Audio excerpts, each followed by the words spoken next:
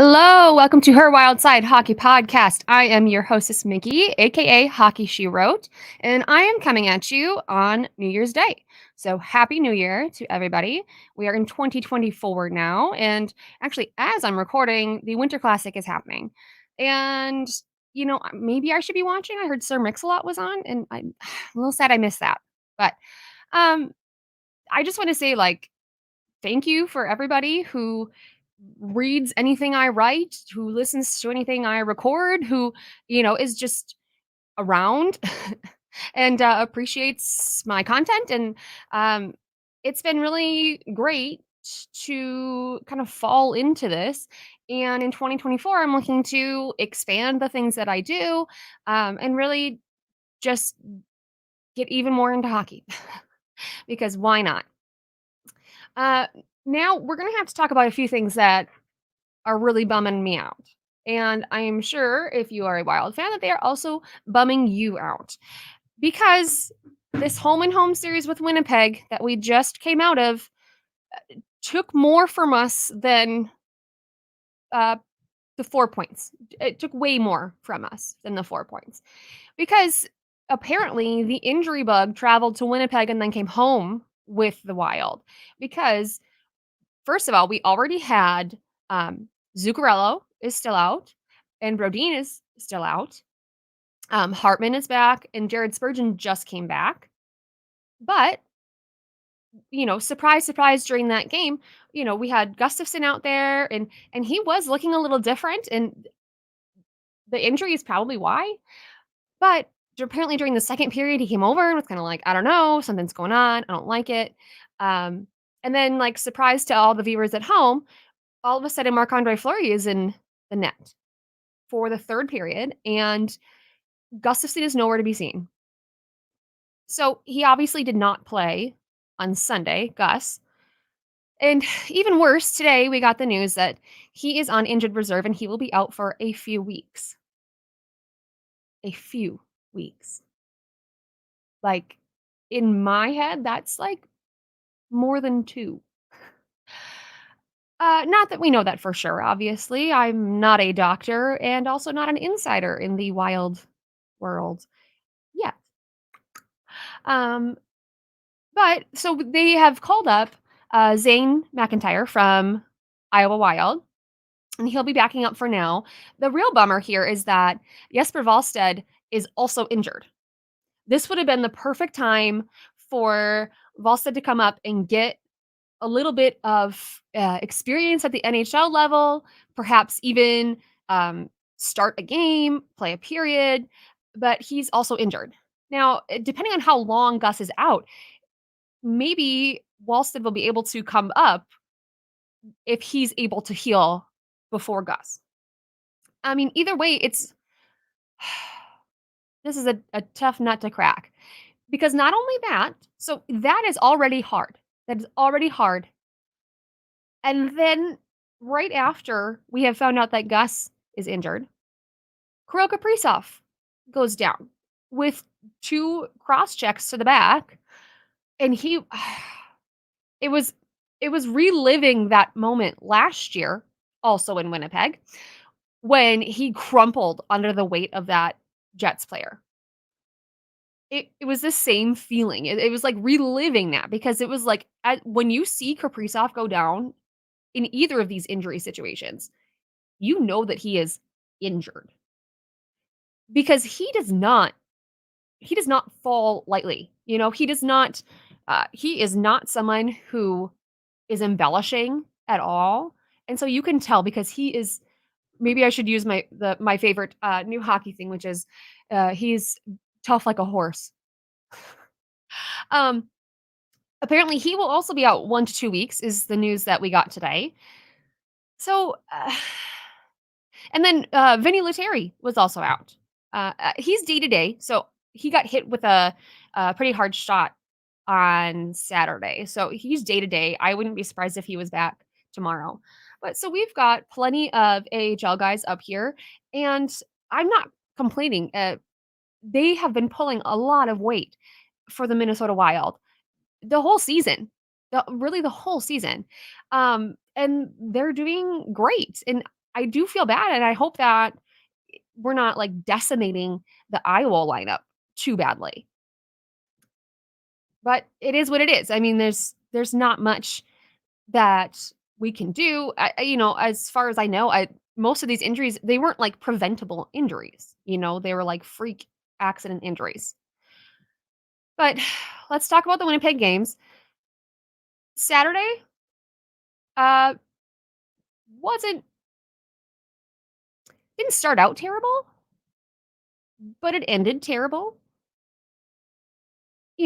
Watching the players just injury, and then Middleton gets out there and fights, and so we have lost Middleton for a 5-minute penalty while we desperately need him. Uh, Merrill and Goligoski were having some trouble on Saturday, and then Middleton's in the box. We're basically resting everything on Spurge and Faber and Bogosian. He's actually been really good too. Um, but man, that was hard. And then coming into Sunday, just knowing that it's gonna be the same team that was already, pretty contentious, everything was very physical. The fans on, Twitter were not cool. I don't know. Hopefully I don't get any hate for this, but they weren't as bad as these Stars fans, but they were close. Anyway, so they come home, Minnesota. I do really appreciate that Pat Maroon instantly drops the gloves. They drop the puck, he instantly drops the gloves. Apparently, when they were interviewing Adam Lowry, who's the Jets player who ended up fighting Maroon, he said that Maroon very politely asked him to fight, which as I posted, I can just imagine like, "Yeah, hi, I'm Pat Maroon. You may know me. I've won the Stanley Cup 3 times. So yesterday, one of your guys hurt Kirill, and I'm gonna need to fight you today, and you're gonna need to just do that for me, okay?" I mean, he obliged, and it was just kind of the start of a lot of physicality, and it actually did not devolve into fights like I thought it might. It was just very physical, a lot of hits, a lot of big hits, and some of that was what caused problems. Not that they were getting penalties for them, but that it seemed like sometimes they were focusing more on setting their sights on, nailing some guy into the boards versus setting up plays. And it was Marc Andre Fleury's 1000th game, which is amazing, especially for a goaltender. For a goaltender who, there are no goaltenders that play 82 games. I feel like even if it's A goalie, B goalie kind of a situation, you still would have kind of like a 60-30 split or so. So to have 1,000 games, that's incredible because you're only playing, instead of 82 games that you could play a season, you're really down to, I shouldn't try and math this right now, but like 50. You're down to 50 or so. That's about right. Anyway, unfortunately, Minnesota just could not get it together, even though it was a very close game. But just at the end, they just could not get it together. And we lost Fleury's 1000th game, which is a bummer. I am excited because the celebration is going to be really fun. I was at the game where they celebrated Alex Goligoski's 1000th game, and I've written before about how it was like the most incredible experience because not just like the ceremony part, but his was where he was put in overtime, which is not a space that he is normally in. He hopped over the boards in overtime and ends up scoring the game winner on his 1000th game celebration, sliding into the boards. Everybody's crying. Incredible. I would love to have another game like that for Fleury, where it's just a really big game for him.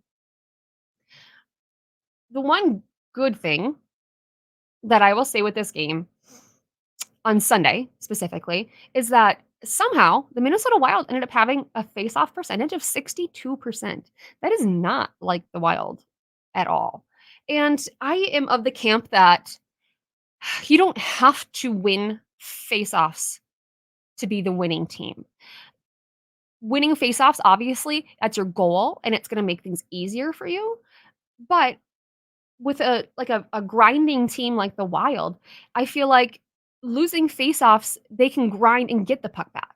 It's not as big of a deal, but 62% was incredible. Now I'm starting to assign games a vibes score. Vibes score, um, not that it's necessarily about the actual gameplay, but it's like the vibes surrounding the game. So I had already assigned Sunday's game an 8.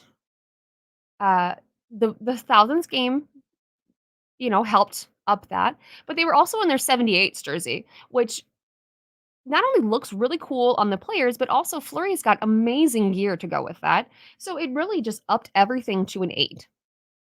And I went back and I thought about Saturday, and you know what? I rated that one a 3.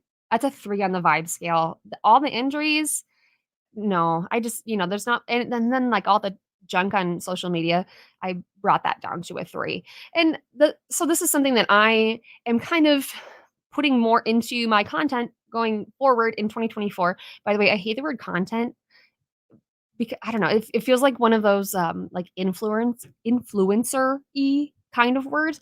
But honestly, like what else do I call it? Because it's written, it's verbal, it's video, it's, like there's all sorts of stuff. So, but just know I hate the word content. But what I'm putting into my content uh, is more of the vibes side because that is what I bring specifically to this space that is um, unique, is like the unique part of my brand.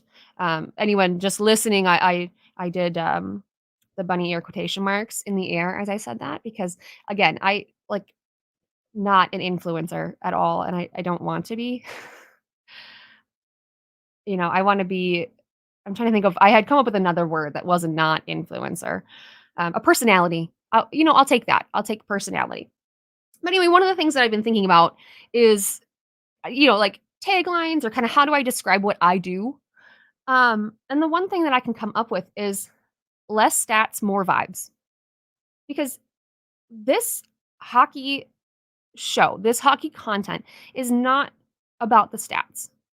Obviously, I will mention stats like the face-off stat because that was something like of interest that sticks out, but I am not someone who understands a lot of the stats and sometimes it's just, I feel like that's not my area of expertise. And so I'm not going to try to force it to be. But the vibes are something I know all about.